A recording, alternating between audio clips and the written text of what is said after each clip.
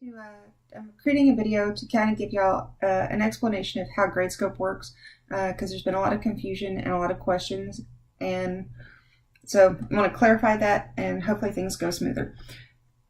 So on the Professor Grad Assistant version, we create classes, and I created a dummy one to make the video. So I'm going to go in here, and what we do is we create an assignment with its due date and all that. I'm not going to pull that up and show it, but we can go into the assignment, and pretty much our outline that we submit, the yellow box is the name region. So most everyone uploads and puts their name somewhere on the top of the first page, and that way it automatically picks it up, and I'll show you from your side what happens. But it'll automatically pick up your name and assign it to you as a student. But then we break down each problem, and if you notice, well, there's C, A and C are on page 1, and if you look, 6.22 goes to page 2. 24A and C are on this. And Gradescope goes to the page. When I go to grade, it will automatically switch, and I'll show you that in a minute. I'll have to go and upload a dummy assignment real quick.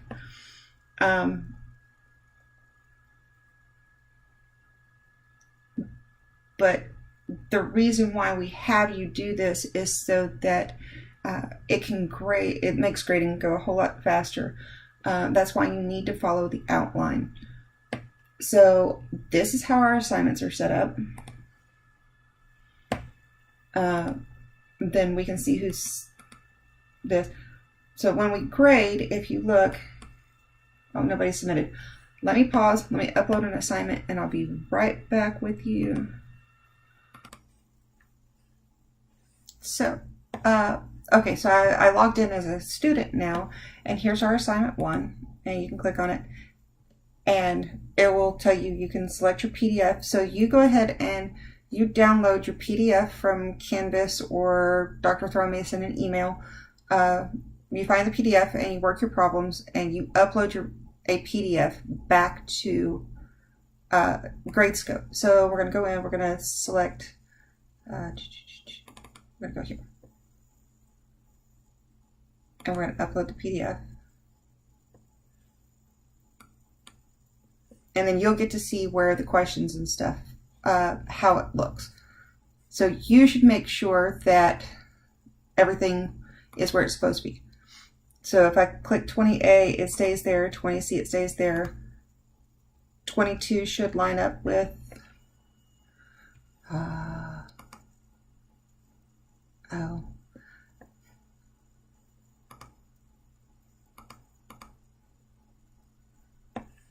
see, and that's my issue. I need to find out why it's not uploading it correctly. Hold on. Technical difficulties do happen.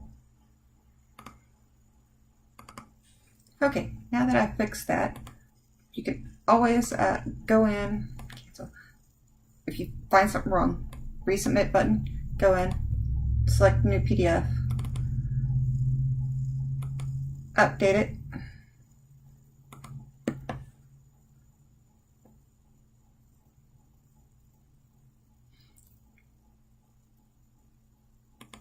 And then you can check and make sure your problems are correctly assigned. There you go.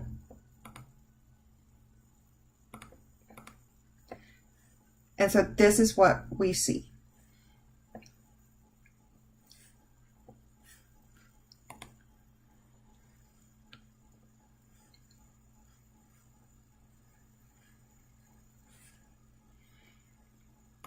Let me switch back up. Okay, so now that I'm back over here in what I or Dr. Thron can see, you can see it go into minute submission. We can tell if you submit late, it tells us.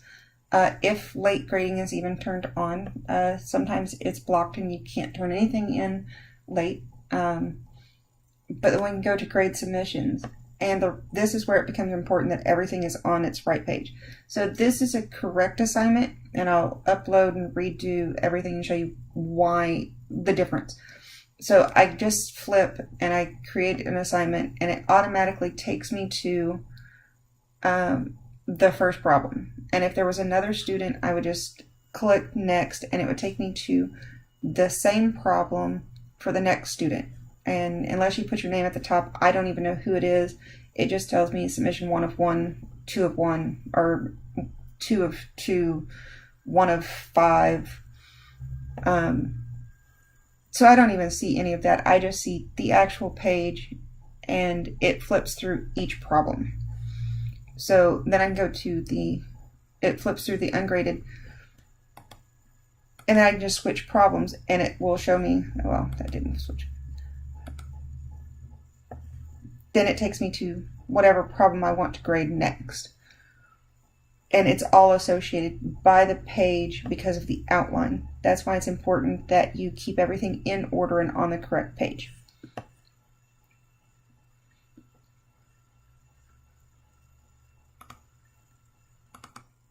Okay, so I went in, I paused, and I went in, and I uploaded another PDF assignment like I was a student, and open it up. And this is if you swap the pages. And this is why following the outline is important. So again, I'm going in, I'm trying to grade now. So I grade your 20A, I grade your 20C, I go to 22, you flip pages on me. I now have your 24A and C in front of me and not your 22. So I don't know if you've skipped it, and when we have 30, 40 pages of work, it becomes really hard to figure out what page is where, and that's why you need to follow the outline and go in order. And I will pause, I will show you what happens when you don't follow the numbering system. Okay, so last example, and then I'm going to wrap this up.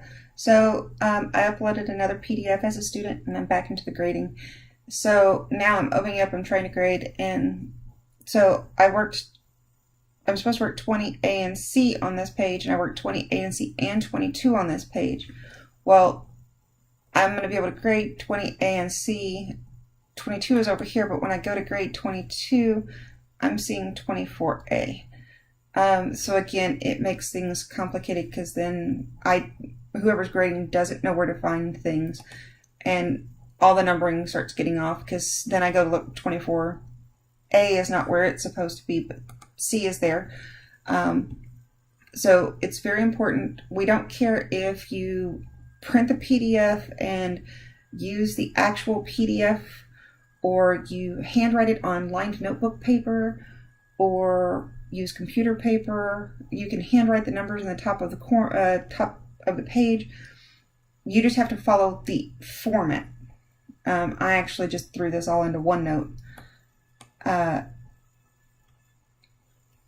And did mine on OneNote and then uploaded it. I know people who do it in LaTeX and then save it as a PDF and upload it that way.